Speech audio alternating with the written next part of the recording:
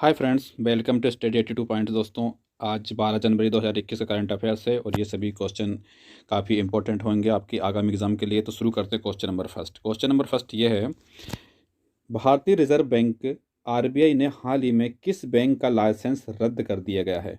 तो चार ऑप्शन है जिसमें करेक्ट आंसर होगा दोस्तों महाराष्ट्र स्थित बसंत दादा नगरी सहकारी बैंक, इसका आरबीआई ने लाइसेंस रद्द कर दिया गया है। तो करेक्ट ऑप्शन होगा ऑप्शन ए। बात करें इस बैंक के बारे में तो दोस्तों महाराष्ट्र में ये स्थित है, बसंत दादा नगरी सहकारी बैंक है। और भारतीय रिजर्व बैंक जिसको हम आरबीआई ने महाराष्ट्र के बसंत दादा नगरी सहकारी बैंक का लाइसेंस रद्द कर दिया है। इसके बाद बैंक अपनी कारोबारी गतिविधियां संचालित नहीं कर सकेगा। हालांकि इससे बैंक के 99% ग्राहकों पर ज़्यादा असर नहीं होगा और उन्हें पूरी रकम वापस मिलेगी।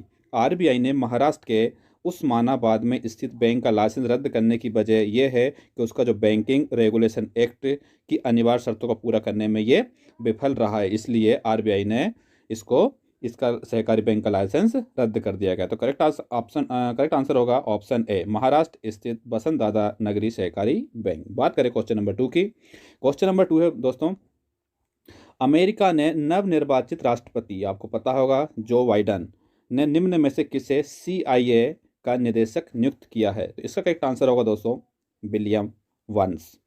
इनको बाइडन जो नव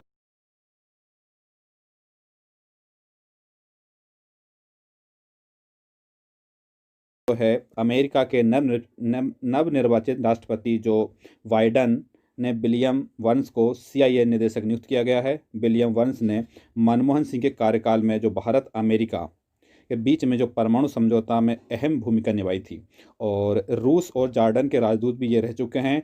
वंस का विदेश मंत्रालय के साथ काम करने का 33 वर्षों का अनुभव है और वे रिपब्लिक और डेमोक्रेटिक दोनों ही राष्ट्रपतियों के साथ ये काम कर चुके हैं। तो करेक्ट आंसर होगा दोस्तों विलियम वंस।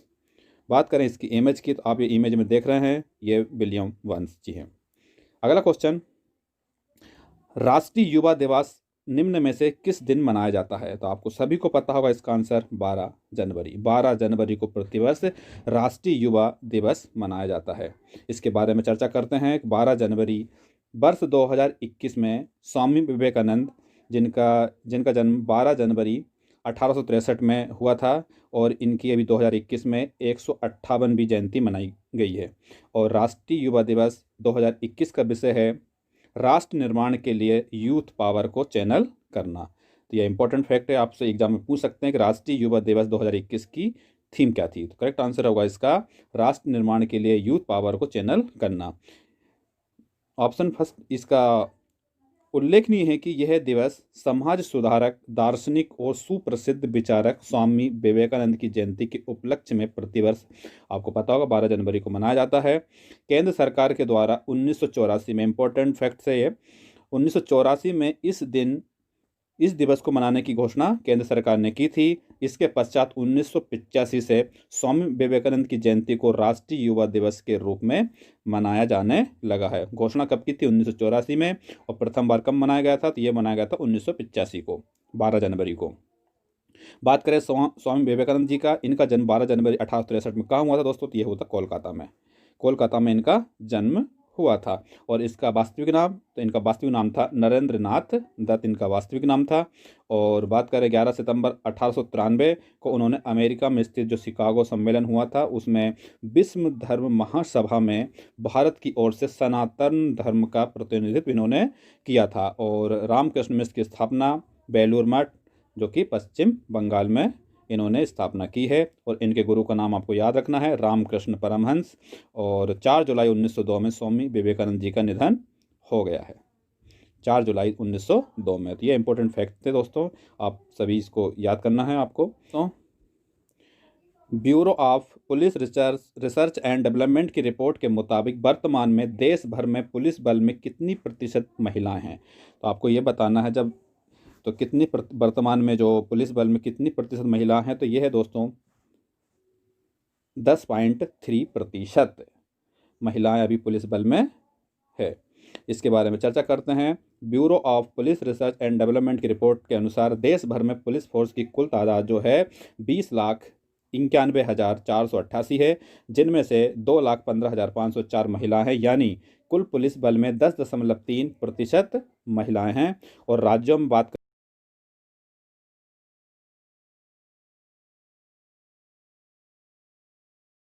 आता है हिमाचल प्रदेश का। हिमाचल प्रदेश में महिलाओं की हिस्सेदारी 19.15 और उसके बाद आता चंडीगढ़ जिसमें 18.78% और तमिलनाडु में 18.5% महिलाएं कार्यरत है। तो यह है दोस्तों करेक्ट आंसर होगा 10.3%। बात करें अगले क्वेश्चन की। अगला क्वेश्चन है दोस्तों, स्टार फुटबॉलर क्रिस्टियानो रोनाल्डो ने फुटबॉल इतिहास में सबसे ज़्यादा गोल करने के मामले में निम्न में से किस पूर्व खिलाड़ी की बराबरी की है?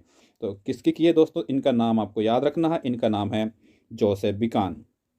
जोसेफ बिकान जो है इनकी बराबरी कर ली है फुटबॉल क्रिस्टियानो रोनाल्डो ने। बात करें इनके इतिहास की तो दिग्गज स्ट्राइकर क्रिस्टियानो रोनाल्डो ने अपने करियर में नया मुकाम हासिल कर लिया है। फुटबॉल इतिहास में सबसे ज़्यादा गोल करने के मामले में उन्होंने जोसेफ विकान की रिकॉर्ड की बराबरी कर ली है। और रोनाल्डो ने अब अपने करियर में कुल 759 मतलब क्लब और पुर्तगाल के लिए मिलाकर गोल दागे हैं। और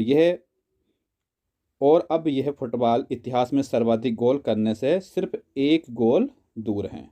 तो ये इंपॉर्टेंट क्वेश्चन है दोस्तों। क्वेश्चन नंबर 6 की, किस देश की सरकार ने हाल ही में कोविड-19 से मुकाबला करने के लिए भारत को 2,113 करोड़ रुपए की ऋण सहायता प्रदान की है या उसकी घोषणा की है? तो ये की है दोस्तों जापान ने कोविड-19 से मुकाबला करने के लिए भारत को 2,113 करोड़ रुपए की ऋण सहायता प्रदान करने की घोषणा की है।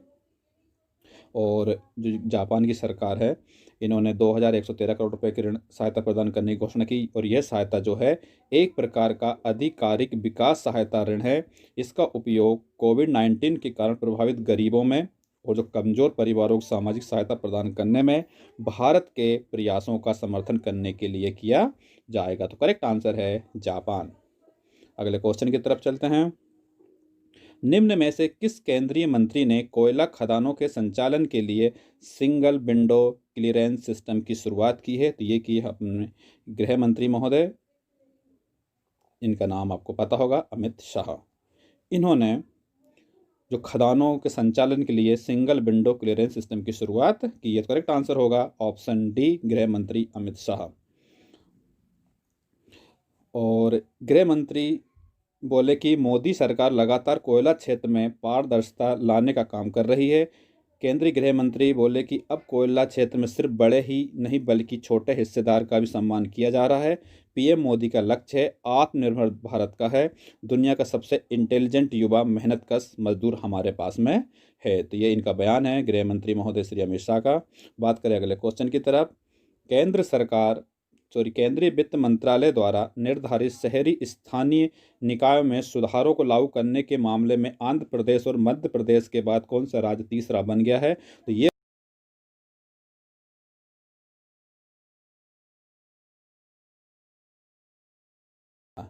किसमें केंद्रीय वित्त मंत्रालय द्वारा निर्धारित एक शहरी स्थानीय निकायों में सुधारों को लागू करने में।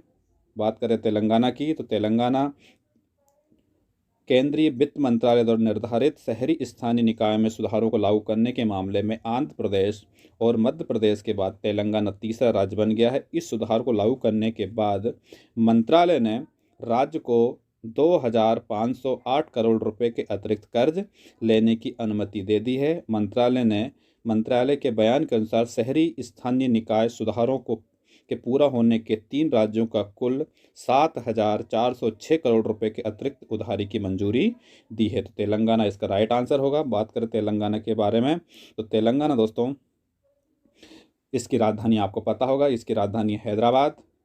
गठन हुआ है इनका तो इनका हुआ 2 जून 2014 को। और तेलंगाना का सबसे बड़ा राज्य वो है हैदराबाद। यहाँ पर तेलंगाना में ज़िले कितने? तो 33 ज़िले हैं। यहाँ की राजभाषा तेलुगु है और उर्दू दोनों है। सरकार यहाँ तेलंगाना सरकार है। राज्यपाल की बात करें तमिलसाई सौंदरराजन यहाँ के राज्यपाल है। मुख्यमंत्री के चंद्रशेखर राव है। और उच्च न्यायालय कहाँ है? तेलंगाना का, तो यह हैदराबाद में। यह इंपॉर्टेंट फैक्ट है दोस्तों। बात करें सुपरफास्ट रिवीजन की, आपको स्टार फुटबॉल क्रिस्टियानो रोनाल्डो ने फुटबॉल इतिहास में सबसे ज़्यादा गोल करने के मामले में किस पूर्व खिलाड़ी की बराबरी कर ली है? तो आपको पता होगा, अभी बताया था आपको कि उसमें ये जोसेफ बिकान है। अगला क्वेश्चन है, किस देश की सरकार ने हाल ही में कोविड-19 के मुकाबला करने के लिए भारत को 2113 करोड़ रुपए की ऋण सहायता प्रदान की है? तो इसका करेक्ट आंसर होगा दोस्तों जापान। अगले क्वेश्चन की तरफ चलते हैं। किस केंद्रीय मंत्री ने कोयला खदानों के संचालन के लिए सिंगल विंडो क्लियरेंस सिस्टम की शुरुआत की? तो ये की थी दोस्तों गृह मंत्री अमित शाह जी ने। चौथा क्वेश्चन है, केंद्रीय वित्त मंत्रालय द्वारा निर्धारित शहरी स्थानीय निकायों में सुधारों को लागू करने के मामले में आंध्र प्रदेश और मध्य प्रदेश के बाद तीसरा राज्य कौन सा बन गया? तो ये बन गया दोस्तों तेलंगाना। अगला क्वेश्चन है, भारतीय रिजर्व बैंक ने आरबीआई ने हाल ही में किस बैंक का लाइसेंस रद्द कर दिया गया? तो ये महाराष्ट्र में स्थित बसंत दादा नगरी सहकारी बैंक का आरबीआई ने लाइसेंस रद्द कर दिया गया है। अगला क्वेश्चन है, अमेरिका के नवनिर्वाचित राष्ट्रपति जो बाइडन ने जिससे सीआईए का निदेशक नियुक्त किया गया है, उनका नाम है आपको पता है, विलियम वंस। और राष्ट्रीय युवा दिवस प्रतिदिन मनाया जाता है, ये मनाया जाता है 12 जनवरी को। Bureau of police research and development की रिपोर्ट के मुताबिक वर्तमान में देश भर में पुलिस बल में कितनी प्रतिशत महिलाएं हैं? तो यह 10.3% महिलाएं हैं। तो ये थे दोस्तों इंपॉर्टेंट क्वेश्चन। यदि आपको मेरा वीडियो पसंद आया दोस्तों, लाइक करना, शेयर करना, और आप इस वीडियो की जो पीडीएफ है वो टेलीग्राम पर मैं शेयर कर दूंगा, आप उसको वहाँ से डाउनलोड कर सकते हैं, और आप मुझे फेसबुक पेज पर भी फॉलो कर सकते हैं। तो फिर मिलता हूँ दोस्तों मैं अगले वीडियो में, जब तक के लिए थैंक यू। वंदे मातरम, जय हिंद।